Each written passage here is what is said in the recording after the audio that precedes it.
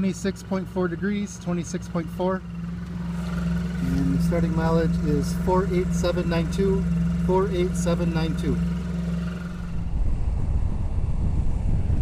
Hey YouTube, it's gentlemansnine. I thought I'd try vlogging while I'm on the interstate. Hopefully you can hear me.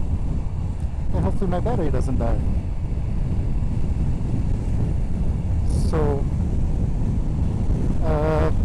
to protect the innocent, I will try to be as vague as possible, yet still get my story across, get my point across.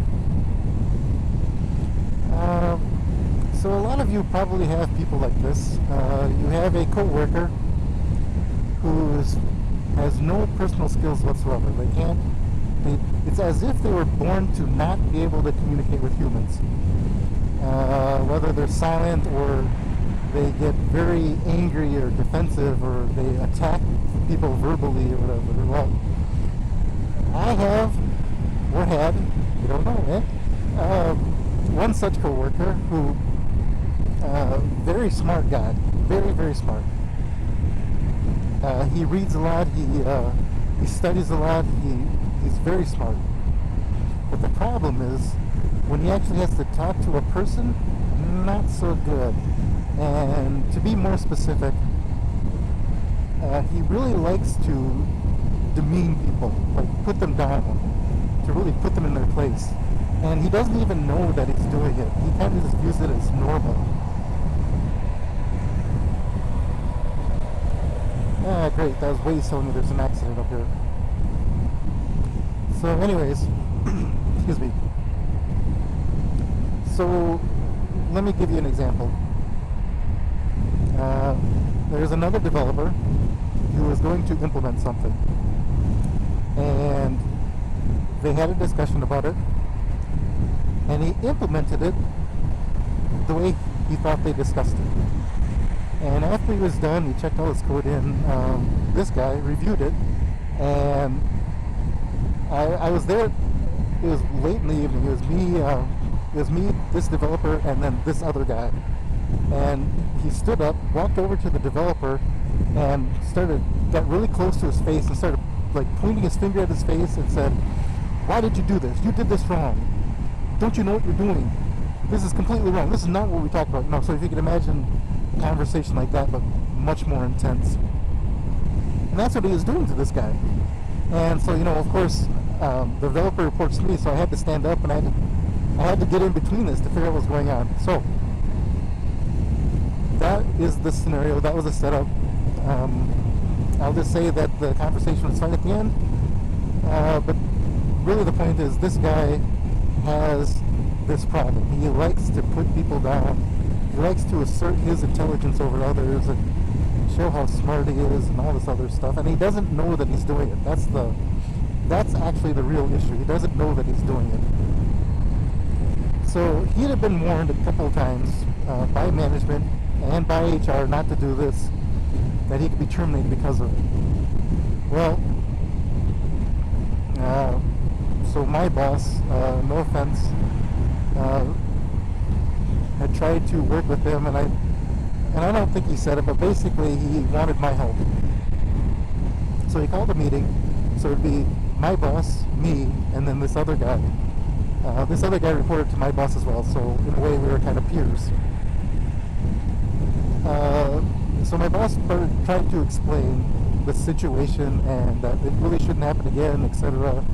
And of course this guy got all defensive and attacky.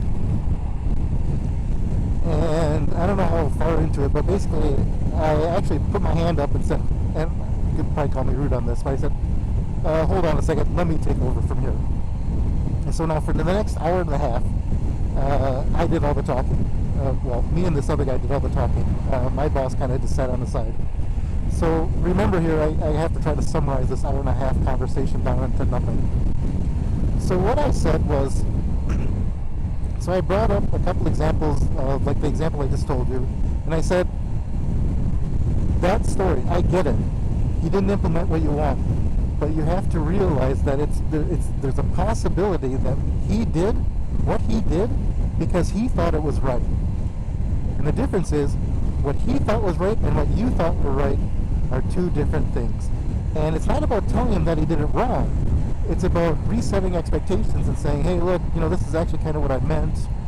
I looked at your code. Yours definitely has a few advantages, but if you look at my implementation or what we had discussed, my implementation has a little bit more genericness to it, or whatever the case might have been. I can't quite remember exactly the details. But either way, so this guy, to kind of fast forward a little bit, he basically said that's bullshit. Why do I have to talk this way? We're all professionals here. He should know that he did something wrong, and he needs to be told that, and he'll improve it next time. That's how he learns. And I said, that is definitely one way to learn, but this is not the right way to learn. Here, let me pass you guy. I said, there's other ways. I said, well, using your example, he'll definitely learn. He'll learn a couple things. First off, he'll know that he did it wrong. Absolutely.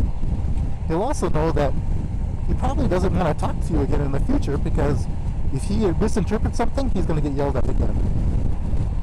I said, there's other ways to communicate that same premise, but actually get buy-in from him to want to work with you in the future. Everybody in a way acknowledges, or most people in a way acknowledge, that they don't know everything, and that maybe they just don't have that experience or whatever, or that particular example never happened in their career. It's all about, showing examples and saying, hey, there's another way to do this thing or whatever, and you can do it in a positive light. So he didn't believe me, but after like an hour of different examples and how examples in my past have worked for me, because I had actually given him several examples of myself, he ended up asking me, how did I become like this? And I said, to be honest with you, I was actually just like you. I've always thought, hey, I'm a senior person, you're just a dumbass, you don't know what you're talking about. I said, I actually thought the same exact thing. But the only difference is I didn't say it. And I said I learned a lot from other people. And I said I learned a lot from books. And to be more exact, I gave him a couple of books. And I said, The 7 Habits of Highly Effective People by Dr. Stephen Covey was one of them. And I talked about a couple examples in there, and I said the other book was How to Win Friends and Influence People. And I said that is the book that really helped me a lot. It's got a lot of great examples in there. Some of them are dated, but the premise behind them is sound. So he actually admitted, or at least was willing to read those 2 books. He'd actually already read the 7 Habits one, but not this other book. So let's fast forward. A couple months later, I happened to be talking to him, and I had asked, hey, did you read that book? And he said, yeah. He said it was actually very helpful. He actually had some ideas.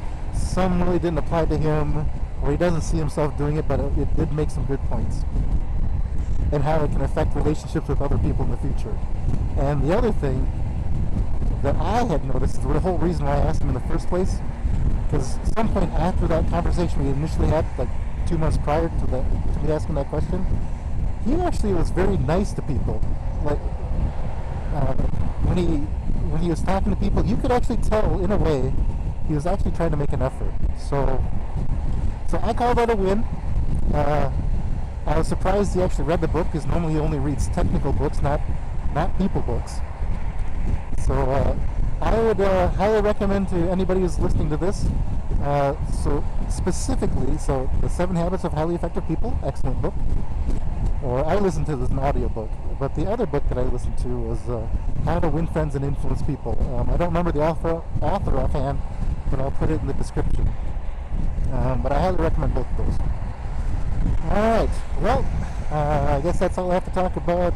I probably should focus on the road, since I'm on the interstate, and I'm probably in the semi-truck's blind spot, which probably isn't a good thing either. So I got to get out of it. So I will talk to you guys later. Bye-bye.